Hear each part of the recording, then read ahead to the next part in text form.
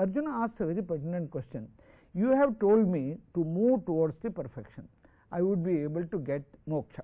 See, moksha in the traditional sense is a status after a series of births and deaths, when your karma lepa gets extinguished. But in my opinion, the mundanized version of Bhagavad Gita's message is to have that situation of perfection even in this very life. You may not achieve that perfect perfection, but at least you move towards it. You move towards it by getting yourselves away from the kama, krodha, lobha, moha, mada, matsara, sattvaguna, rajoguna, tamoguna. Increase the influence of sattvaguna, suppress all these negative tendencies in your life, then you are happy. So we can always see how by giving up our attitude of the jealousy or our attitude to be angry, we become happier on that day. So in the same way, if we do that, then Arjuna asks, how is it if I don't get to that perfect perfection in this very birth? What happens? Ayati sraddhayopeto yogat chalita manasaha aprapya yoga samsiddhim kamgatim Krishna gacchati. Arjuna is aware, Krishna is aware that the people in the Kali Yuga, as time goes on, would not be able to stick to one modality of sadhana. So when yoga chalita manasaha, when he moves away from karma yoga, dhyana yoga, jnana yoga, you see, then ayati sraddhaya upetaha yoga chalita manasaha. Ayati means aprayatnaha. Sometimes he is not able to do enough effort, enough exertion.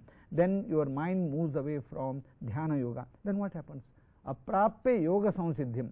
Earlier in this adhyaya, Krishna Paramatma has made a distinction between arurukshor muner yogam, karma karanam uchyate, yoga arudhasya tasyaiva samah karanam uchyate.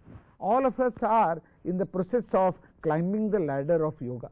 We are in the first step, we are maybe in the very ground step. So first step, second step, third step, etc. So during that period, nivritta karma anusthana, developing the practice of performing our duties with that mindset of the nivritta karma anusthana is very important. But once you have achieved the accomplishment or the final stage of that ladder, what should you do? Should you give up on your karma? No. You should do your karma, but at that time more of shamaha, that means bhagavan-nishtha buddhi. You must concentrate on Bhagavan Paramatma more and more. Even at that stage, when you have become yoga rudha, perfect in your yoga, you should continue to perform your karma, you should continue to perform your dhyana, because that will increase your bliss all through. In moksha also, ananda abhivriddhi, ananda udreka. So that possibility is there. But in this very life, when you move away from yoga, what happens? So again, Krishna Paramatma and the whole entire Bhagavad Gita is fond of various analogies. He says, Kachinno ubhaya vibhrashtaha chinnabhramiva nasyati apratishto mahabaho vimudho brahmanapati. Does it happen like a cloud which has assembled in the skies? We expect the rains to fall, lot of good things to come. Suddenly the wind blows and then the cloud gets dispersed. There is nothing achieved. So the real effect of clouds giving you pouring water on the dry earth, dot hidden earth, is not taking place. So all my effort goes waste. So why do I do? How do I control the clouds not moving away? How do I get the final results? Apratishto mahabaho vimudho brahmanapati etanme samshayam Krishna chetum arhasi aseshataha tadanyas samshayasyasya chetana upapadyate. I see, in Bhagavad Gita, as we move from one chapter to the other, Arjuna is graduating. Initially he was in the primary stage, he was in the nursery stage, he is only making, but later on he himself realizes that the dosage of knowledge which Krishna is giving is making him become graduate, postgraduate, postgraduate, PhD, post-PhD. Later on he asks such profound questions. Now he says, how I can get rid of this situation? This is my doubt. Please clear. I have approached to you as Shishya. शिष्यस्तेहं शाधि मां त्वां प्रपन्नम्. Then Bhagavan vacha partha naiveha namutra vinasastasya vidyate nahi kalyana krit kaschit durgatin tata gacchati prapya punyakritan lokan ushitva shashvati samahan shuchinam srimatam gehe yoga bhrashto abhijayate athava yoginam eva kule bhavati dhimatam etadhi durlabhataram loke janma yadidrisham. So what Krishna says, make a beginning of this. He has already said that once you have made a beginning, there is nothing wrong. I have made provision for your bank account, bank balance to be continued, not only in this life but also to the next life. So once you have started doing this Kalyana Krit, you know, that the Shraddhaya Kinchit Kalam Dhyanadikrit. So if you start doing the Dhyana Yoga, even for a short while with Shraddha, then you have already accumulated a huge bank balance in your account. So even in the next birth, your account will not be a dead account, it will not be an account which you cannot access. You have to again go and give an affidavit and give it an MP's signature, all sorts of things you don't need to do. I have got all the accounts of yours, I allow it to be operated in the next birth. So where will we be born? Prapya punyakritan lokan ushitva shashvati samaha shuchinam srimatam gehe yoga bhrashto abhijayate. The word for such people who have not been able to accomplish the full benefits of yoga, they are called as yoga bhrashtas. Many times we say, you know, karma bhrashta. That means he has not been able to do your karma properly. So the one who is not fulfilled his yoga is yoga bhrashta. So they will stay in good localities in this world, happily living, but after that they will be born in families which are very pure and which are resourceful, and he will be born there so that he can continue his sadhana marga. Or he may be born in the families of the yogis themselves. He will be, the first option is he may be born in well endowed families and they are very pure, they are not doing any wrong things, so that when you start doing your yoga, they won't object to it.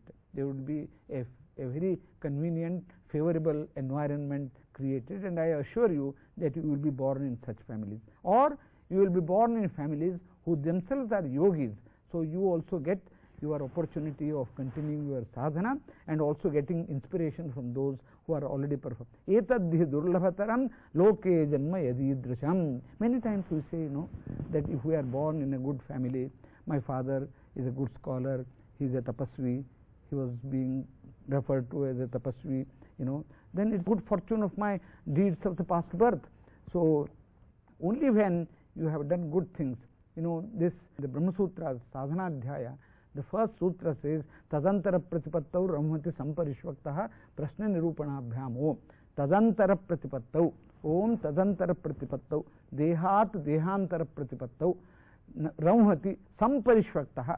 Panchamahabhutas continue with you in the form of Sukshma effect, that is Samskara, and you will be carrying forward the effects of your Samskara to the next birth also. Prashna Nirupanabhyam, Pravahana Raja and Swetaketu conversation of Panchagni Vidya makes it clear that these Panchamahabhutas do not go away by your death, but they come with you in the form of Sukshma effects, Sukshma Rupa, and they come to you as samskaras. Many times we see, you know, the child prodigy in mathematics, at the age of 5 he or she makes a musical concert. How that is possible? And in Shastras, the example of the child wanting to have the breastfeeding by the mother is supposed to be due to the memory which he or she has of the previous birth. Continuity of birth and death has to be accepted, whether many religions 100%. I know some people in the world do not accept that, but there are many convincing arguments.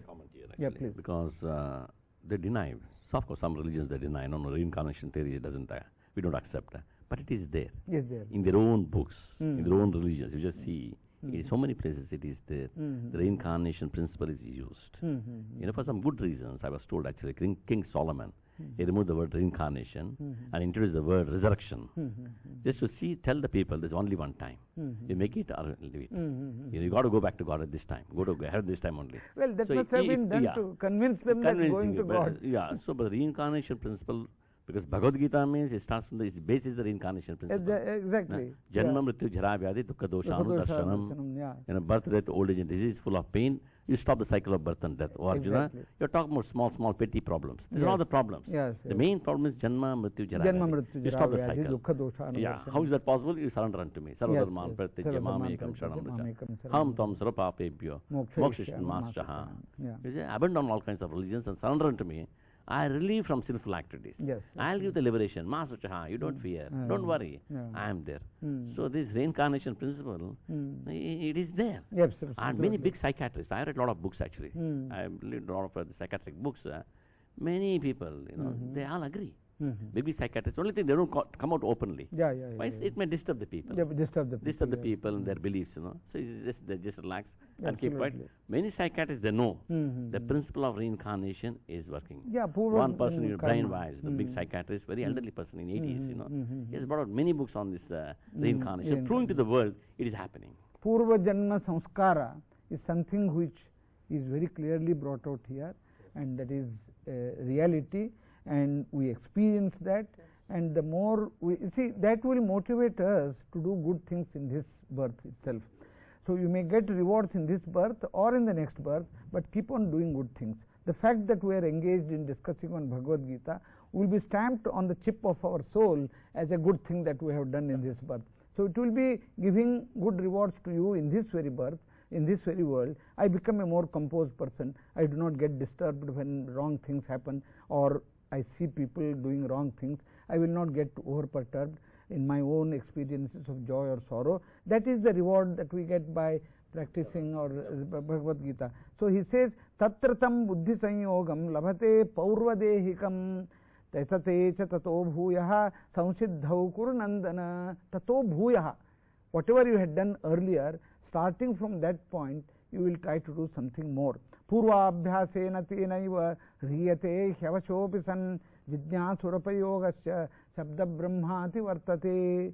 So Purvabhyasena, the previous janma's samskara will go with him and always help you in carrying forward.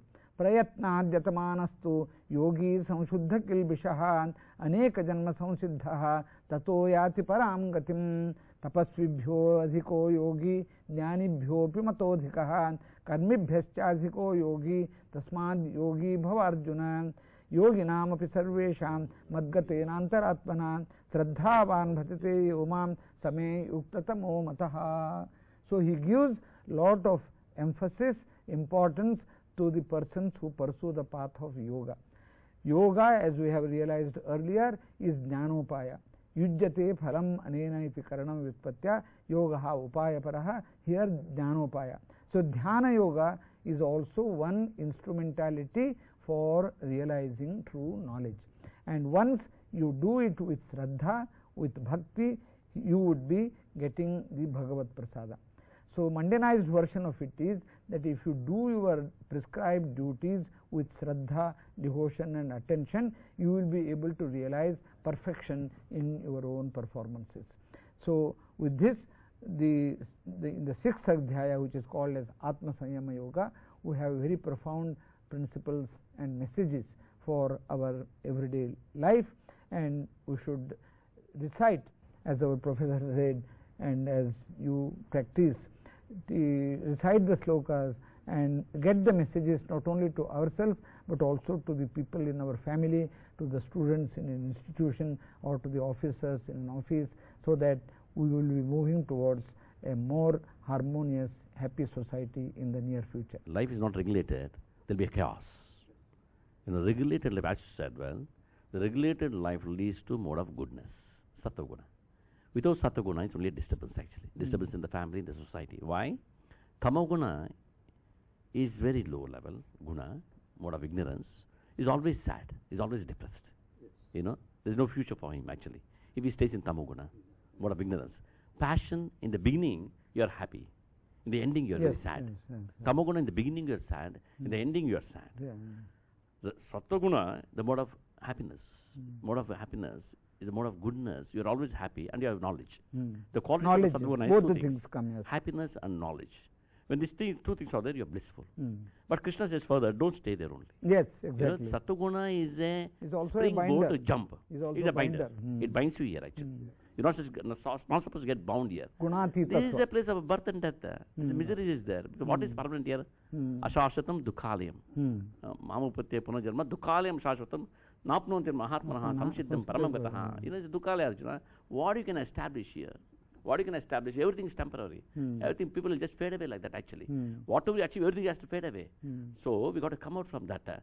So Sattva-guna is very good. The springboard to jump out of the next realm. Yes, absolutely. Next realm is Shuddha Sattva, yes, or the pure goodness, or the transcendental realm, in the what you call spiritual world. You can be here, as you touched at one point, we can be liberated here only, what you call Jivan Mukta. Jivan Mukta, you know, or you can just transfer from here to the spiritual world by the mercy of the Lord. As Lord Krishna says, I am there, you don't worry. Yes, You see, I would like to, so that is very important. What you said, that is especially for the students, regulated life, you know, not eating too much, not eating less, not sleeping too much, not sleeping less, no recreation too much or less recreation, or too much working or not working. It all should be regulated. When you regulate and practice yoga, then dukkha is gone. Without regulation, if you try to practice yoga, dukkha is there. I am practicing bhakti yoga, but there is no regulation in life. In the bhakti yoga, I experience dukkha. Absolutely. You see? Absolutely. Or in yoga, for the matter of fact, this regulated life is very, very important, mainly for the students. Especially sleeping, Brahma Muhurta, is very important. Brahma Muhurta is the mode of goodness. From 4 o'clock till 8 o'clock is the mode of goodness. Again, from 8 o'clock in the morning till 4 o'clock is the mode of passion. Again, evening 4 o'clock till 8 o'clock is the mode of goodness. Absolutely. And the night from 8 o'clock till morning 4 o'clock is the mode of ignorance, Tamoguna. So this mode of goodness, that time has to be utilized for scriptural studies, Swadhyaya, you know, and meditation, plus our other good activities, or the family coming together, discussing, spending some quality time. These things will make the families peaceful and happy. When families are peaceful and happy, society is happy. Absolutely. You know, you have said very rightly, Dasji, that we must really make the children do things well. But the family itself is on the wrong, because we find the head of the family or people in the family, or for that matter in the institutions, the teachers.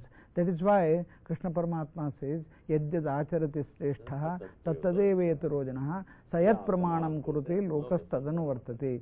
So we must have some sort of revolution in the system, whereas in which the families, it's a very utopian concept, point of view of the environment which we see today.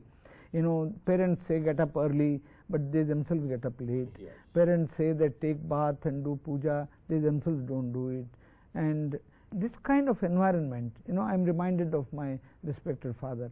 He used to make us get up at 4 to 7 would be the study of Sanskrit and Shastras, and if I get up a little late, he would not get angry. He would say that, why you did not get sleep today? That was enough for us to make sure that we get up before him the next day.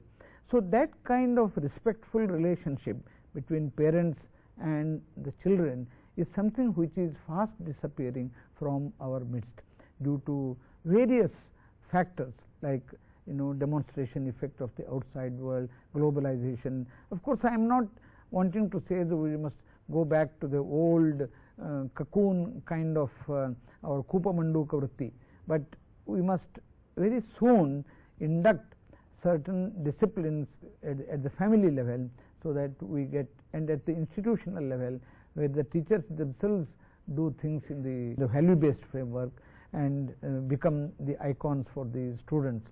So that one way could be to, as all of you said, to study Bhagavad Gita and say that these are the relevant prescriptions which we all follow. And we hope that there would be greater interest in the messages of Bhagavad Gita. People will take to the reading of Bhagavad Gita. I am not very favorable to the practice of making them by heart. That is only the first step. But we must, that is only the first step. But it's good. We must have competitions on Bhagavad Gita recitation. But also we must make teacher and the student explain the meanings of Bhagavad Gita, and at the end of a week ask them whether they have been able to practice it. I have done a small thing in this regard, sir. I explained this sloka, and then I gave them a table. Today in the morning, as soon as you get up, that particular moment when you get up, it is extremely important, because if you make a resolution throughout the day, Yes. that will be with you. You will definitely follow it. Valuable minute, moment, that is. So make a resolution. Today I follow Yukta Ahara, Yukta Vihara, Yukta, one by one like that. And I have prepared them a calendar, date 1, date 2, date 2, monthly. And today, say sixth date, Yukta Ahara, night, make a review, whether you followed today or not. And if you followed right, you put a tick. Yes, yes. If not, into. No, very good, very correct. If not, very into. correct. And what is your score? You need not reveal it. It can be kept Yeah, you need not be confidential. revealing it, yes. It can be confidential. But your appraisal, daily appraisal, this makes them definitely better. No, this is actually the prescription given in our traditional, after all, religion or scriptures are meant to improve your lifestyle, improve it in such a manner that you are truly happy, not by giving you the pleasures of some sweet or some food or some drinks. It's making you permanently truly happy. So to be able to do that, such self-assessment, there are again, again we mentioned Raghavendra Swamiguru has written what is called as Pratah Sankalpa Gadya. That is what kind of promise or rather commitment you should do in the morning. And then again he has written what is called as Sarva Samarpana Gadya. So that is giving you at what you should do at the end of the day. You should dedicate all your jobs and take stock as to how much you could do or could not do of what you had committed yourselves in the morning. I learned that in the Japanese industrial culture, every laborer or manager or officer is supposed to sit for 5 minutes at the beginning of the company's work and reflect upon what he should do, he or she should do in that day. And again, before closing the office, going away, they should sit for 5-10 minutes and reflect upon what they have done and what they have not done. This enables everyone to have contact with their inner voice, inner conscience. After all, Dhritarashtra approached Sanjaya. Sanjaya is nothing but the inner voice. See, Samyak Jayati iti Sanjaya, Sakshi. And all of us are blind. He was blind without eyes, but we are all blind with eyes. So to get to know how to resolve the conflict between the good and the bad, the right and the wrong, we should have contact with the conscience, with the Sakshi. So this you can do by adopting Dhyana Yoga. You must sit at a quiet place, Suchau Deshe Pratishtapya. At no time you should avoid solitude. A bit of solitude every day is useful. In a quiet place, sit alone and reflect upon what you have done, what wrongs you have done or what rights you have done, and at the end of the day you take stock of, as you said, a chart and give the score and how much is the score. So that this self-introspection has to be done. So we find that this adhyaya is extremely useful for people in different walks of life, and then now Krishna Paramatma moves Arjuna to still higher levels of knowledge by telling as to how he pervades the entire world. In the 7th Adhyaya he says the different objects on this world are getting their properties due to his presence in that. Rasoham apsu kaunteya prabhasmi shashi suryayoho. So why he is doing this? He is only saying that your approach to perform your duties will have to be with a mindset of Bhagavad Aradhana. See, if you replace the word Bhagavan by mankind or by corporate sector or by nation, so when you do your prescribed duties with a spirit of serving the nation, serving the mankind, then ultimately serving the God. You see, if you don't say that there is no God. At least do it with a robust objective of serving the nation, serving the mankind, serving the society, serving the family, serving the corporate sector in the rightful way, so that the your own attitudes would be in the right space.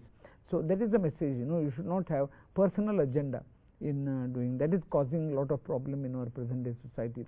So Bhagavad Gita tells you how you should have an extremely productive, highly values based society in our midst, so that the true happiness can be realized.